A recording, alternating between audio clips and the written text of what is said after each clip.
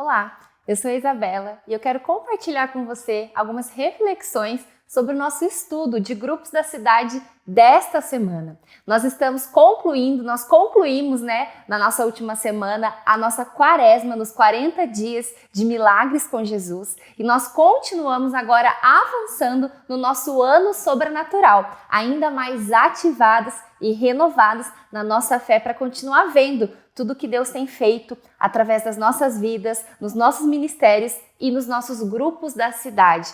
Você, líder de GDC, avalie com o seu grupo da cidade quais são os planos para as próximas semanas. Continue participando das nossas ações de Casa de Paz. Em breve nós teremos uma nova campanha da Festa do Amigo. Temos muitas coisas para viver ainda esse ano, no ano do sobrenatural. Compartilhe com o seu coordenador e supervisor como está a saúde do seu GDC, quais são os seus planos de multiplicação e já defina, junto com o seu grupo, a data da próxima multiplicação que vocês terão.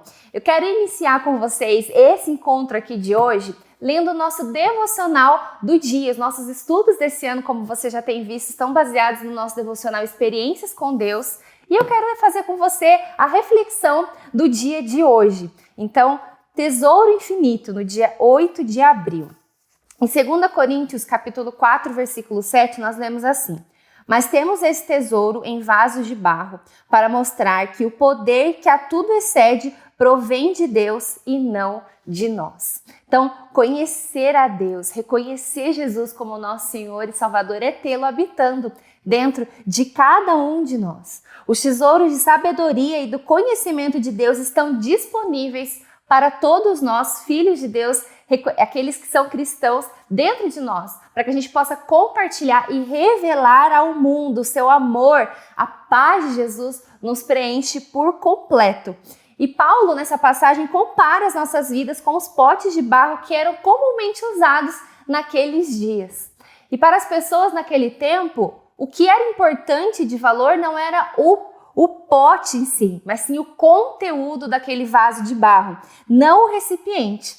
Assim como nós, se a gente for caminhar por base na nossa natureza humana, sozinhos, revelando apenas a nossa carne, a gente não acrescenta nada de valor ao mundo. Mas quando a gente permite que os tesouros de Deus ganhem vida dentro de nós, que Deus faça as transformações que Ele quer fazer em nossas vidas, aí sim, naturalmente, o nosso interior é renovado e as pessoas começam a perceber o tesouro infinito e precioso que está dentro de cada um de nós, esse tesouro de valor imensurável. Não foque nas aparências exteriores, porque essas se deterioram.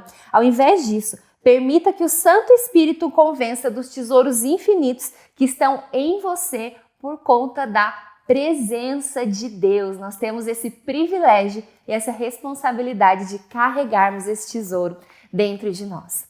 No dia do seu encontro, faça também a reflexão do devocional do dia com os participantes do seu grupo e incentive cada um deles a viver essa prática pessoal devocional em cada uma de suas casas também. Vamos então agora para o nosso estudo da semana. E o tema do estudo é: a morte traz muito fruto. Faça uma oração de abertura com o seu grupo da cidade, ore por esse dia. Separe aí o seu grupo em pequenos grupos, se você está se reunindo com eles de forma presencial, para que cada um possa orar, reconhecendo ali a soberania de Deus, confessando seus pecados, orando por aquelas pessoas que ainda não estão participando, que ainda não conhecem a Jesus, e entregue esse dia, esse encontro, esse estudo para Ele. Nós lemos na introdução, no Evangelho de João, capítulo 12, versículo 24. Digo verdadeiramente que, se o grão de trigo não cair na terra e não morrer, continuará ele só, mas se morrer, dará muito fruto.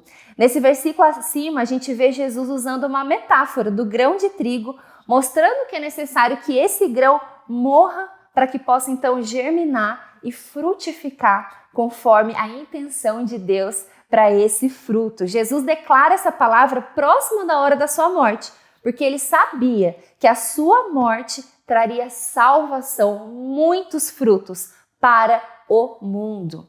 Quando nos tornamos cristãos, a nossa natureza pecadora morre. No entanto, alguns aspectos antigos do nosso ser continuam. Alguns aspectos do nosso caráter, algumas coisas, né, na nossa vida não foram para a sepultura imediatamente por livre e espontânea vontade. A jornada de santificação e transformação do nosso caráter possui processos. E nós precisamos permitir que Deus realize em nós todas as curas, as mudanças dos hábitos nocivos, atitudes rancorosas. A gente precisa abandonar os pecados escravizadores para então experimentarmos de fato os frutos que podem nascer, que precisam nascer dessa nossa nova natureza. É inútil a gente adotar uma postura e dizer, eu sou assim, eu sou desse jeito, não tenho o que fazer. Lembre-se, ao reconhecer Jesus, como a gente vê ali em 2 Coríntios 5,17, quando você reconhece Jesus como o seu Senhor e Salvador, você é uma nova criatura. Então, aquela pessoa de antes, com os hábitos nocivos, pecados escravizadores, posturas de feridas e amargura, essa pessoa já não existe mais. Porque Jesus te fez uma nova criatura. Em Cristo você é alguém novo. Então, no estudo de hoje, vamos refletir sobre os frutos que essa verdade gera em nossas vidas. Quando permitimos que Deus complete a sua obra em nós, nós podemos observar em nossas vidas. Primeiro ponto, frutos de sabedoria. Veja só como a gente lê em Deuteronômio 4:6.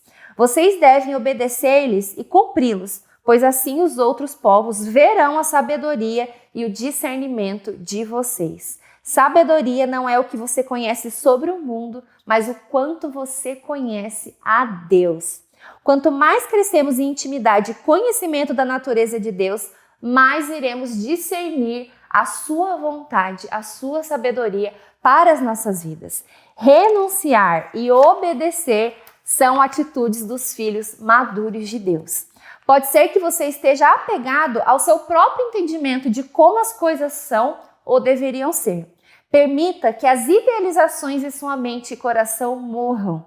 Volte-se para o seu Senhor, sua vontade e a palavra dele. Quando você permitir que Deus direcione a sua vida, os que estão próximos a você poderão ver a sabedoria verdadeira, não a do mundo, mas a de Deus. As pessoas podem ficar confusas sobre o que fazer neste mundo que é tão complicado, mas Deus irá guiar você com segurança para as escolhas corretas. Aí aqui uma pergunta para você refletir, né, nesse momento e também com o seu grupo da cidade. Como você costuma tomar decisões importantes? Você busca orar e discernir a vontade de Deus ou acaba se baseando em sua vontade e conhecimento? Permita que haja, a morte dessas nossas idealizações e apegos e que a gente possa receber de fato a sabedoria e a vontade do nosso Senhor. Quando nós permitimos que Deus complete sua obra em nós, podemos observar em nossa vida, segundo ponto, frutos de comunhão.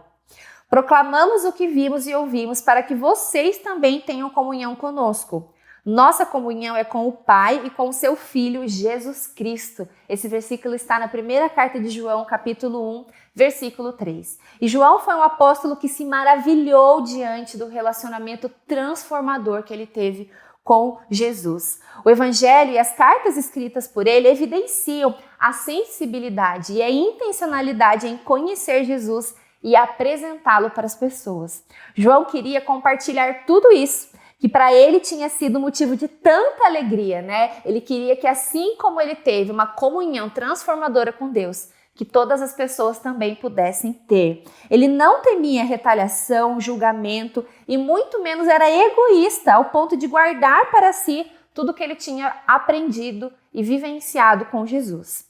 Precisamos seguir o exemplo de João, aconselhando sempre segundo a palavra de Deus e compartilhando do nosso testemunho de vida e transformação, demonstrando com as nossas atitudes o que o nosso encontro com Deus mudou nas nossas vidas e o que Ele tem formado dentro de nós. E para você refletir, então, com o seu GDC, quando foi a última vez que você compartilhou os feitos de Jesus em sua vida? As pessoas em sua vida se sentem encorajadas e convidadas a conhecer mais sobre Deus e sobre a sua igreja? Permita que o egoísmo, que o medo morra dentro de você, para que você possa compartilhar com liberdade e alegria a sua comunhão com Deus, a sabedoria da palavra dele, que outras pessoas desfrutem disso também. E o terceiro e último ponto, quando permitimos que Deus complete sua obra em nós, nós podemos observar em nossa vida frutos de justiça. 2 Coríntios, capítulo 5, versículo 21. Deus tornou pecado por nós aquele que não tinha pecado, para que nele nos tornássemos justiça de Deus. Nunca iremos compreender o imenso preço que Jesus pagou para levar de nosso pecado e nos dar a sua integridade e a sua justiça. Como seres humanos, falhos, pecadores, a gente jamais vai conseguir comprar o amor de Deus por nós. A gente nunca consegue fazer algo para que a gente se torne merecedor desse amor. E ainda assim, ele colocou o pecado da humanidade sobre o seu Filho único, que era justo e perfeito. O Santo Filho de Deus tomou sobre si o nosso pecado. Como então viver de maneira banal, em prol das nossas próprias vontades, refém das nossas escolhas e histórias, diante dessa verdade de que Jesus levou sobre ele os nossos pecados, os nossos erros, para que a gente pudesse ter liberdade. Jesus pagou o preço e, em resposta, precisamos também deixar ir, deixar morrer tudo aquilo que nos deforma e afasta da perfeita vontade e amor do Pai. Viver a vida como novas criaturas não é uma tentativa de comprar ou estarmos quites com Jesus, de recompensarmos Ele pela obra da cruz, mas sim é a única resposta possível a esse amor. Ele é justo e por isso caminhamos também em justiça e retidão. Para você refletir com o seu GDC, você tem carregado alguma dor ou trauma que te impedem de desfrutar do amor de Deus? Às vezes a vida nos machuca a tal ponto que a gente não consegue assimilar que, apesar de não comprarmos esse amor, ele está disponível para cada um de nós. E quais são as áreas da sua vida que ainda precisam ser entregues a Deus para que você possa colher os frutos de justiça e retidão? Não retenha nada do seu Senhor. Toda entrega, tudo aquilo que a gente permite que Ele venha com a sua mão agir, geram frutos, assim como nós vimos aqui nesses 3 pontos. E para concluir, Romanos capítulo 6, versículos 8 e 10. Ora, se morremos com Cristo, cremos que viveremos com Ele também.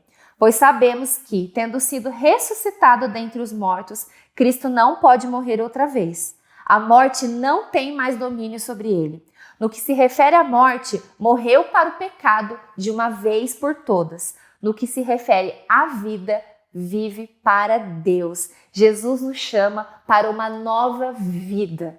A nossa velha criatura morre e o convite de Jesus para a gente realmente é para a vida eterna. Uma vida de cura, redenção, intimidade com Deus e liberdade. Estamos avançando, como eu falei, no nosso ano sobrenatural. Temos crescido como igreja família e podemos contar com o Espírito Santo de Deus para cada área e detalhe das nossas vidas que precisam morrer para que os frutos sejam vistos e desfrutados. Como nós vimos hoje, permita que Deus complete a sua obra em você. Para a aplicação nesta semana, cada um de nós tem a possibilidade de viver uma nova e melhor versão de si mesmo.